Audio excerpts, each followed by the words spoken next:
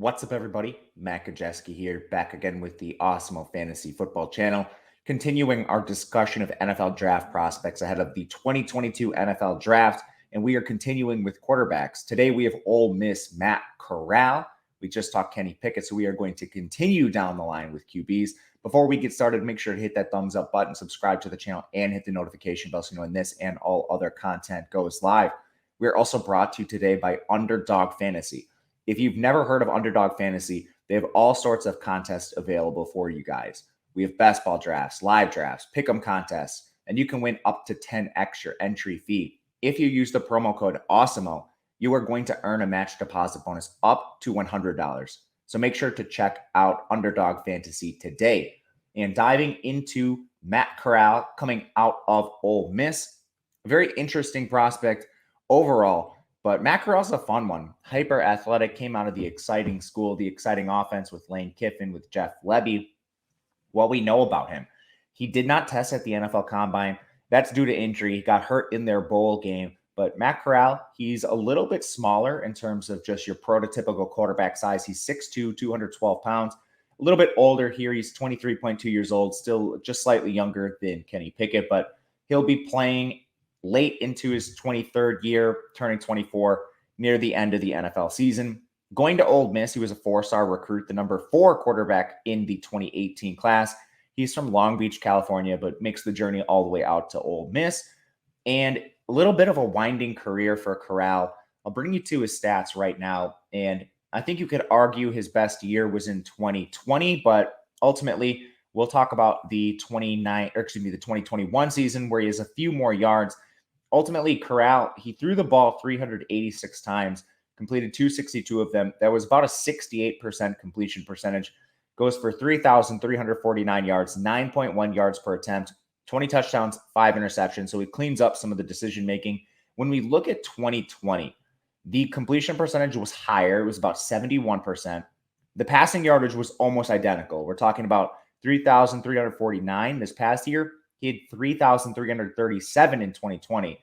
Yards per attempt was also higher, 10.1, but the touchdown to interception ratio, he had 29 touchdowns for 14 interceptions. So he definitely cleaned up some of his decision making. Now, when we look at the level of competition he faced, Corral is in the SEC, and we saw a lot of phenomenal games throughout the year. Just looking back through the Rolodex of game logs, he's over 250 yards in plenty of contests. He's at 247 against Texas A&M. He's at 289 against Auburn. He's at 231 against Tennessee, 287 against Arkansas, 213 against Alabama. That's probably the one blemish that I think I want to highlight here. That was a tough game for Ole Miss. They went for it on 4th down on multiple occasions and didn't get it, which really stalled their drives, and then they got into a large hole. But overall, Corral, he has a solid body of work here coming out of the SEC.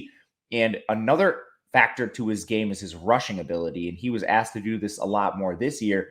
And one of the reasons why the touchdown to interception ratio might not be higher here is that he scored 11 touchdowns on the ground. This guy had over 500 rushing yards in back-to-back years. You hear a lot of people talk about durability with Matt Corral, and that is a little bit of an issue.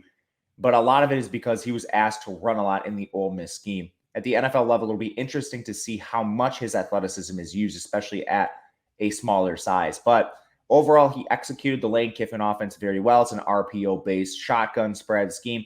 They actually are a run-heavy team. They only threw the ball 43.4% of the time, which was 91st in the country. But they ran so many plays. They were 4th in the country in plays per game. So Corral was still able to get off a lot of production. When we look at the advanced metrics here for Corral, they're pretty solid. His ADOT of 8.5, not the greatest in, again, the RPO-based scheme here. It's ahead of only Brock Purdy and Tanner McKee in this class. So he's not throwing the ball downfield as much as some other QBs. But his average time to throw is low, 2.65 here. It's ahead of a lot of names in this class: Desmond Ridder, McKee, Zappy, Strong. His drop rate was 3rd in this class, which is not great. A lot of production left in the field by his receivers. That's behind only Pickett and Sam Howell here. But overall, this is a guy that played through a lot of injuries, and then his receivers were also injured this year. Each of his top 3 guys got hurt at various points in the year, and Jonathan Mingo missed almost the entire year. When we look at his pressure to sack rate, this is how many times a sack is actually taken when a quarterback is pressured. 15.4%, best in the class. Turnover worthy plays, just 2%, best in the class. So Matt Corral has a lot that you like and a lot of tools going to the next level coming out of this Lane Kiffin scheme. When we look at player comparisons, I'll bring you back to the size page.